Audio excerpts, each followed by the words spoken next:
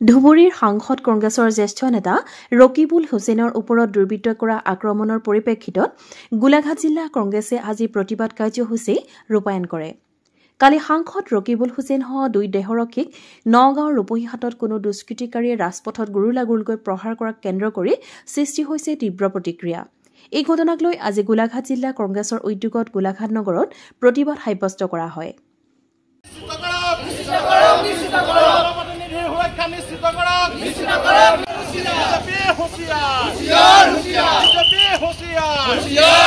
গোলাঘাট জিলা কংগ্ৰেছ কমিটিয়ে জিলা আয়ুক্তৰ কাৰ্যালয়ৰ সমীপত তীব্ৰ প্ৰতিবাদ সাব্যস্ত কৰি এই ঘটনাৰ বাবে বৰ্তমান বিজেপি চৰকাৰক জগৰীয়া কৰে।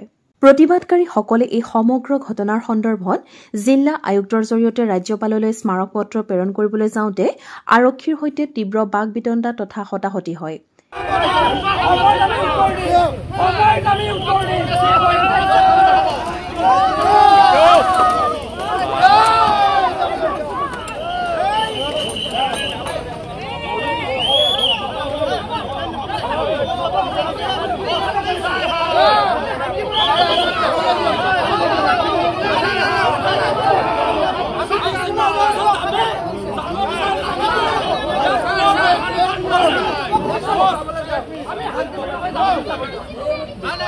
এই ঘটনাৰ সন্দৰ্ভত অসম প্ৰদেশ কংগ্ৰেছৰ কমিটিৰ সাধাৰণ সম্পাদক বিতুপন শইকীয়াই তীব্ৰ শোক প্ৰকাশ কৰে।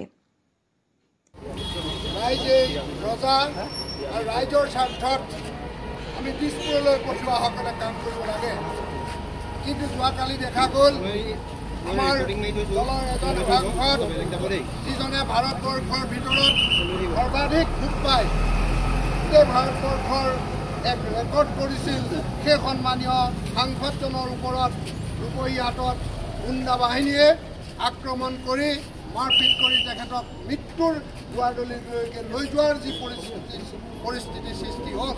বিপৰীতে তেখেতৰ লগত থকা তেখেতৰ যি চৰকাৰী দেহৰক্ষী, সেই দেহৰক্ষীসকলকো মাৰপিট কৰি তেওঁলোকৰ জীৱন সুৰক্ষা, আমাৰ কি সুৰক্ষা দিব, তেওঁলোকৰ জীৱনৰ সুৰক্ষা নোহোৱা কৰিলে। গতিকে আমি এই ক্ষেত্ৰত গণতন্ত্ৰ নহয় ৰাজতন্ত্ৰ চলি থকাৰ এক পৰিৱেশ অসমত দেখা পাইছোঁ।